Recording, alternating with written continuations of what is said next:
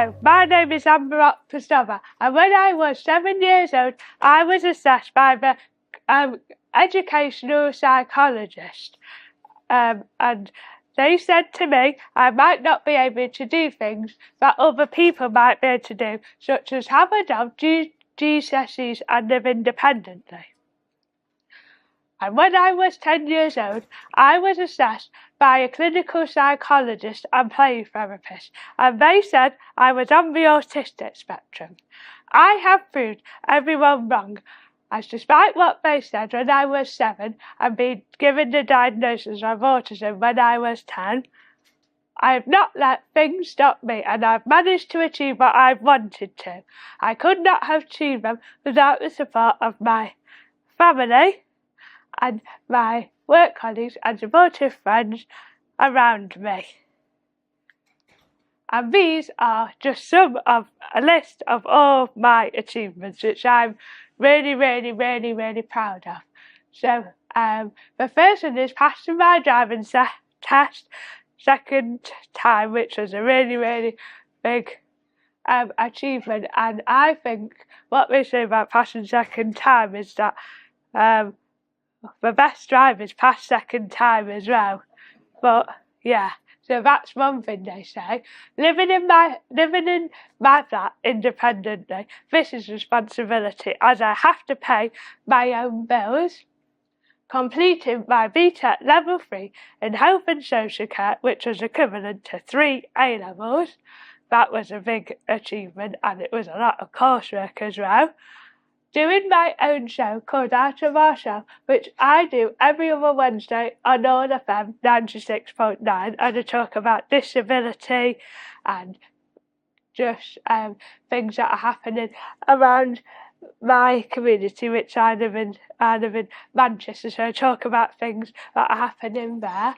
Meeting the Mayor, Andy Burnham, who is the Mayor of Manchester, and to talk about my petition, which was to do with employment, delivering autism training to the staff at home in Manchester. And home is not like a house, but it's like home is like a theatre and cinema place, and also they show artwork there, and it's based in Manchester, and it's really, it's a nice venue. Having a job at Venture Arts, which is a charity that works with people with disabilities, and they do ceramics, textiles, photography, animation, and lots of different things.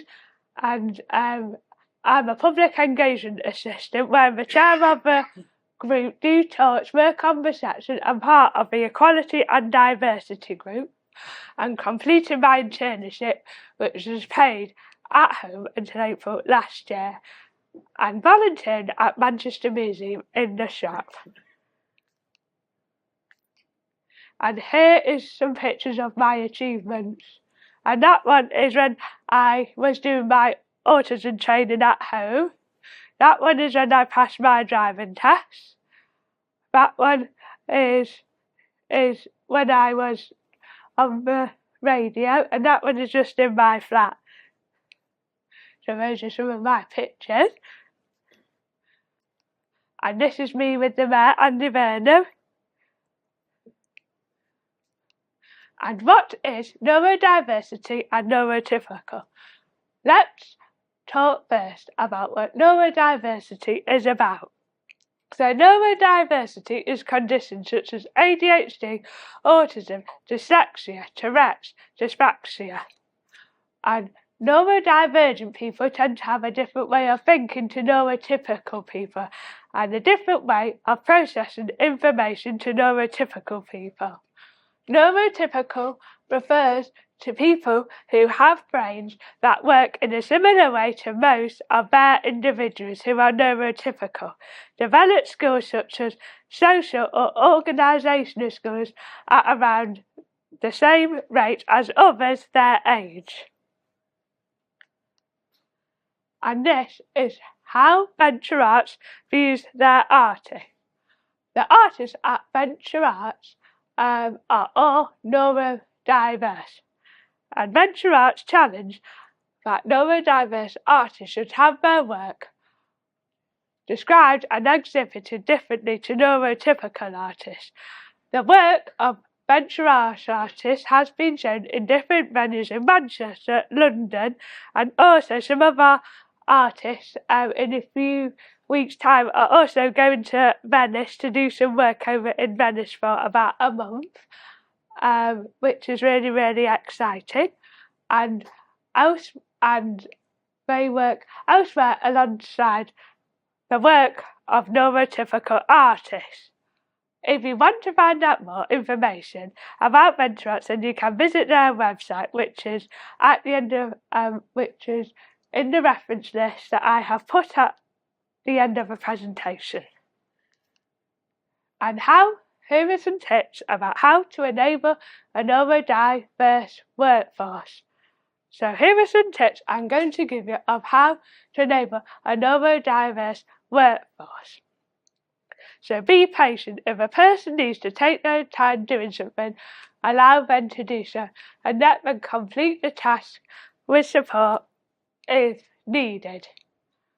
And look at the environment around you, and if things need changing, if things need to be put in place to make it more accessible, then do make the changes, because it can make it a better place for people to work who are neurodiverse. And for example, consider the lighting or how busy the space is. And make sure you get to know the person and their needs. So that's something that's really important, because then the person who is neurodiverse can really strive. And my work is really, really, really understands my needs, so I feel like I can achieve lots of things because they're really, really supportive. So I would say that is a good thing. Offer training that could help employers in the team. For example, you could do neurodiversity training. So I put together, along with some other people, neurodiversity training, which is going to be shared across cultural venues in Manchester about how to work with people who are neurodiverse. And I think it's really good to have the training, so cultural organisations know how to work with people who are neurodiverse. And if people struggle reading, then maybe look at ways to make easy read documents.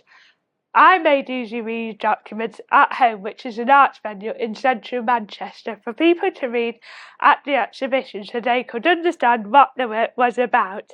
And they still ask me to do easy reads when an exhibition comes up, and also I do easy reads for venture arts as well now, which I'm really, really proud of. And adaptations that you can put in place for neurodivergent people in the workplace. Offer noise cancelling headphones. These help with people who struggle with too much noise. So sometimes you can get these loop earphone things, and these can be really helpful for people who are noise sensitive. Flexible working can help, as if a person doesn't have this in place, it can create stress and means you're accommodating a person's individual needs. A clear timetable and calendar reminder can create structure for a person and help them meet their deadlines and reduce stress levels. Making allowances, such as letting a person have a fidget toy, and this could be a squeezy ball or a fidget spinner. Having a checklist. This can help so a person can tick off when they have done a task, and it can also boost their confidence when the task has been ticked off. And I like having a checklist as well, so I know what I need to work on, and when I finished working on it, makes me really proud because I've achieved what I have wanted to as well. And use clear language and don't use jargon. And break things down into manageable bits, so don't give too much information all at one go. And these are statistics of a neurodiverse workforce. 99% of employers think there are advantages of having a neurodivergent workplace. I agree with this, as the people with disabilities can make such a difference in the workplace and have skills that other people don't have. Only 16% of autistic people are in full-time work.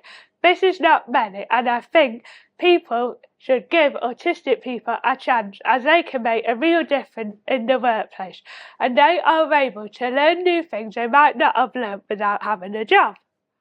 75% of the creative industry do not have policies to support neurodivergent staff.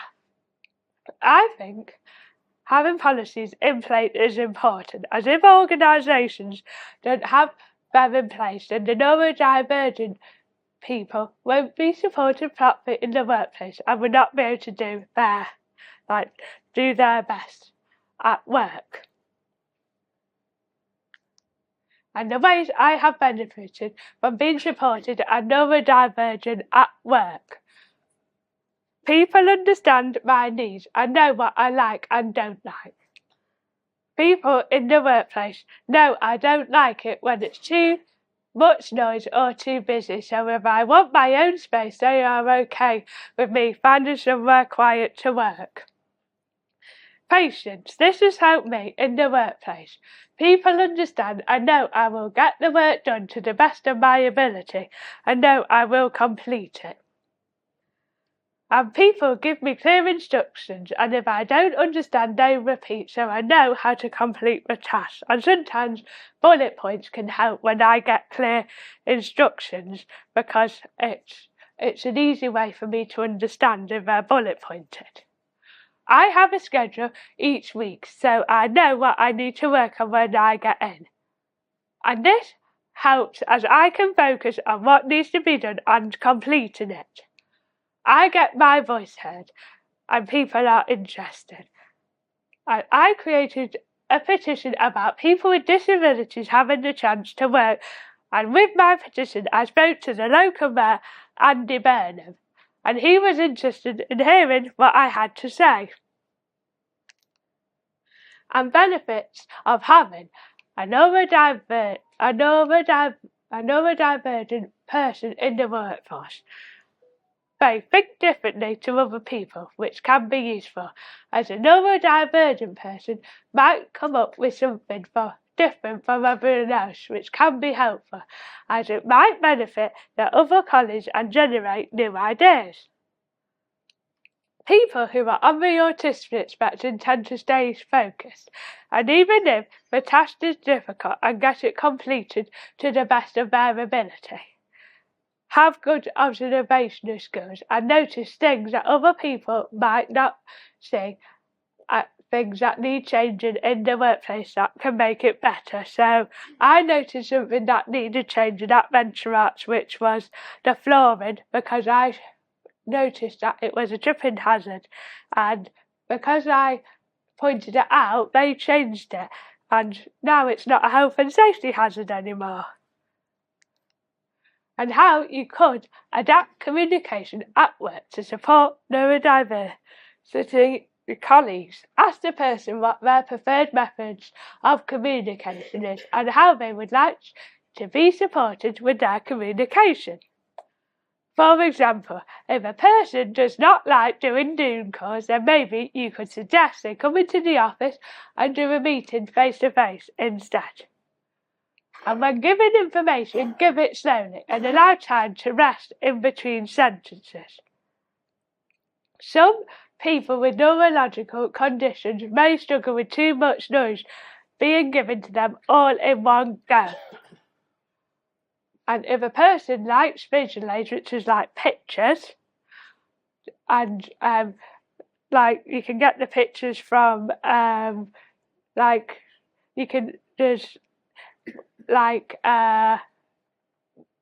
websites which you can get easy read pictures from, then maybe when complex information is being given, I'll provide a visual aid which will really help the person.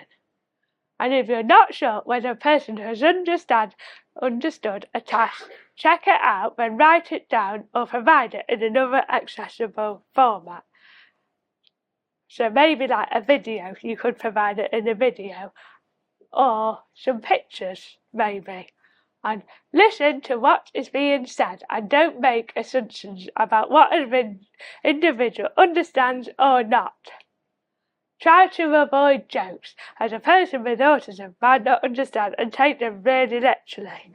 So avoid using idioms, e.g. it's raining cats and dogs, where it means something completely different from what it says literally. And how do you support change with a neurodivergent person at work? Make sure before the change happens that you explain clearly and show pictures of how the new change might look if possible, how the new office space might look, and ask is it okay to adapt if you need to. When you're describing the change at work, then make sure you use clear language and put on the calendar when the change is going to happen, so the person knows and is feeling prepared as can be for the change on the day, and show them the space where they might be working and check is it okay with them. Be aware that change may make a person anxious and they might need to ask questions about the change and why it's happening, so let them ask questions if needed. And my tips for some accessible meetings. Meetings can always be overwhelming, so making them accessible is important. Maybe a map of how to get there to the place is important. Sending an agenda out before the meeting would be good. Would be good for a person to see, so they know what is going to be discussed about in the meeting. Ask people about their dietary needs before the meeting so the right food can be available. And a link to the venue might be good so people know how to get there and also whereabouts in the building they need to be. Information can also be provided in other formats. And why I think employees should hire someone who is neurodiverse. Why I think employees should hire someone who is neurodiverse is because it's rewarding and they can offer unique skills that other people in the workplace don't have, which can be really, really valuable to the organisation. Where people are supported to work, they can offer something really, really special and they can make such a difference to their workplace because they see things differently and they can suggest things that can be put in place which can make the workplace even better.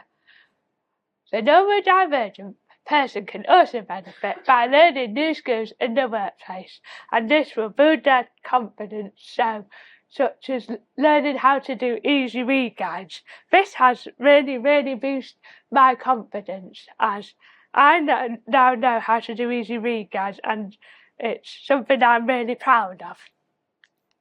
And here are a few quotes to finish off with. Working with Amber over the past 6 months has been an absolute pleasure. Amber's impact on the team in this period of time has been outstanding, from creating and delivering autism awareness training to delivering easy read guides for our gallery. Her insights and ideas and perspective are so valuable. Amber is enthusiastic, passionate and committed to improving access across cultural organisation. And that's Emily from home, who was the worst fate trainer. And Amber plays an extremely important role within the Venture Arts team on so many levels. And she is highly skilled in communicating with a very wide range of people. She presents our organisation beautifully, using her authentic voice. She is the glue in the team in the way that she cares about everyone here so deeply, and above all she challenges us and others to consider equitable practice in all that we do. And that's Amanda, who's the director of Venture Arts. And here is a little quiz if you have been taking notes, so I can read some of the answers, and maybe someone could put their hand up if they remember any of the questions maybe. So how many autistic adults are in full-time work? Does anyone remember? That, pardon? No. Yeah, that one. Yeah. Well done. And what do I work as at Venture Arts? Can anyone remember? Like, what is my job title? I'll go with, yeah, that's right, well done. And what percentage of employees think there is an advantage of having a neurodivergent workforce? 99. Yeah, that's right. And what is home?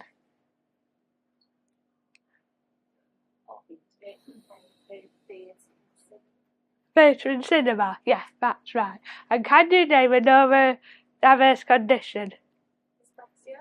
Yeah, that's right. And here are the answers. Yeah, and well done for all your answers. You should be very proud of yourself as well.